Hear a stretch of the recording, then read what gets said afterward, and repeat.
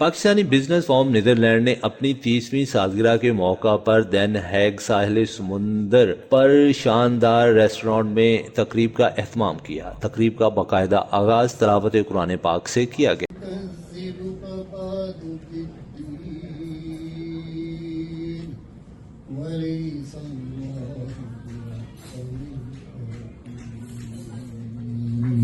نظامت کے فرائض Pakistani business forum کے سیکرٹری جنرل شیخ ظفر نے بڑی عمدگی سے ادا کی۔ پاکستان بزنس فورم نیدرلینڈ کے صدر انور ثاقب نے اپنے خطاب میں پاکستان بزنس فورم کی 30 سالہ کارکردگی بتاتے ہوئے کہا کہ فورم نے سالہائے گزشتہ میں بے شمار تقریبات کا انعقاد کیا، جس میں بزنس کانفرنس، سیمینار شامل ہیں۔ ہماری ہمیشہ کوشش رہی ہے کہ پاکستان اور نیدرلینڈ کے درمیان تجارت کو فروغ ملے اور یہاں سے بہت سارے لوگوں نے وہاں سرمایہ کاری بھی کی، لیکن یہ بات بھی افسوس سے کہہ رہا ہوں، وہاں سسٹم کی خرابی کی وجہ سے لوگوں کو بہت دشواریوں کا سامنا کرنا پڑا۔ پاکستان میں جب بھی کوئی آفت، سیلاب، زلزلہ، قرض اتارو، ملک سوارو، بزنس فورم نے دل کھول کر عطیات بھجوائے۔ انہوں نے سفارت خانہ دین ہیگ کے تعاون کا بھی ذکر کیا۔ فورم نے کارکنان کے جذبہ حب الوطنی کی بھی تعریف کی اور کہا کہ مجھے میرے ساتھیوں نے ہمیشہ بھرپور تعاون دیا، جس کا میں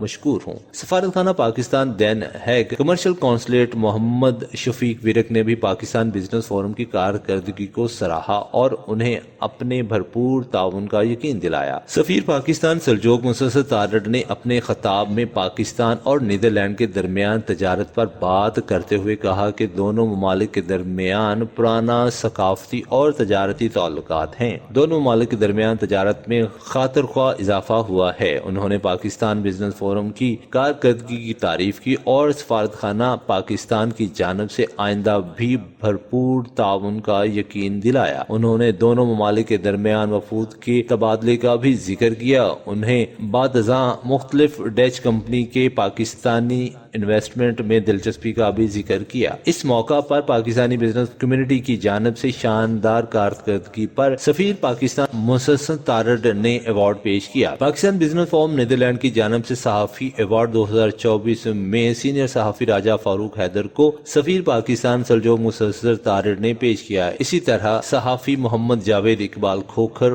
کو بھی پاکستان بزنس فورم کی جانب سے بہترین کارکردگی کا ایوارڈ دیا۔ سال 2023 کا best business company award Sohail cosmetics کے ڈائریکٹر چودھری مشتاق احمد اور محمد خان کو دیا گیا۔